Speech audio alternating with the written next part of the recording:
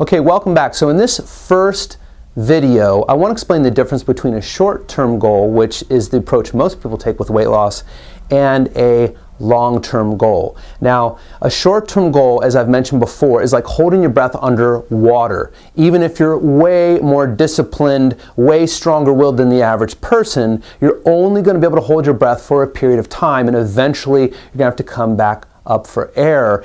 In the world of weight loss, what that means is, most people start with an extreme diet and they try to use willpower and motivation to keep themselves on that diet with the idea that I'll just do this until I reach my goal weight, then I'll be able to find some sort of maintenance plan that will work.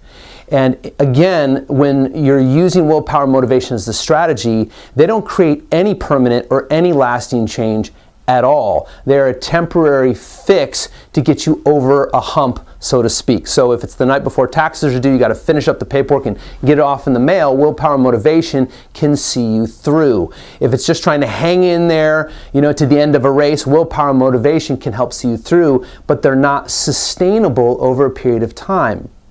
Now, with a long-term goal, if what you're doing isn't sustainable, you won't be able to keep it up. For example, think of your car, right? When you fill up your car with gas, you might get 300 miles to the full tank until that gas runs out, at which time you're going to have to refuel the gas. Now, it doesn't matter what your attitude is, it doesn't matter how you go about it. If you get in that car and you drive more than 300 miles, you are going to need to stop and refuel for gas. Why? That car is not self-sustaining. You cannot continue to drive it the whole way. So any program that relies solely on willpower motivation, which 99% of the weight loss programs out there do, is bound to not work because eventually you're just going to go back to what you did before. Think of using willpower motivation like a rubber band. And so imagine we have a rubber band around my hand, and I put this rubber band on.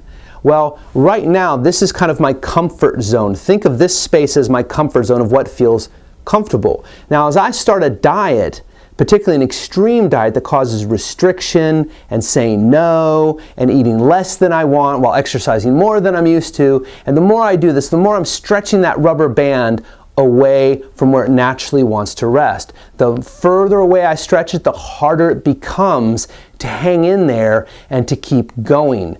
And so if you've ever been on one of those diets, even when it's working, you're losing weight, but you feel like you're hanging on by your fingernails, right, or the skin of your teeth, so to speak, and it's really, really challenging. It's because you've stretched that rubber band really, really far. This is where your preferences are, and you're trying to fight your natural wills and desires with willpower motivation alone. And again, the more you stretch it away from your comfort zone, the further you get away from it, the deeper you get into that diet, the more painful and challenging it becomes until eventually you give in, submit, whoosh, and the rubber band snaps back and you go right back to what you did before. This is why willpower motivation will not work with weight loss. They are a short-term play. So what does work? What does work is changing your preferences. This is what you actually really like, what you actually really dislike, and how much of it you like and how much of it you dislike. Also, changing your preferences in relation to when you eat, how much you eat, how you choose foods, etc. But unless we change what you really want and don't want, you're always going to go back to what you did before because you're always going to go back to what feels comfortable. And in the next video, I'll get more into depth, the neuroscience underneath that makes that always true. But for now, I'll leave you with this. Willpower and motivation do not work. So in a real weight loss program that really works, you only make changes you can live with comfortably for the rest of your life. And there's an art and a science as to how to go about making those changes and transitioning into a new way of living in a way that feels comfortable and in a way that allows you to do what we call neuro-adapt to the change so that it becomes part of who you are and part of how you live and gets stored in your mind as something that is better than what you used to do. And when this new way of living, this new lifestyle feels better and is easier than what you used to do, you're not going to go back to how things used to be. That's our promise.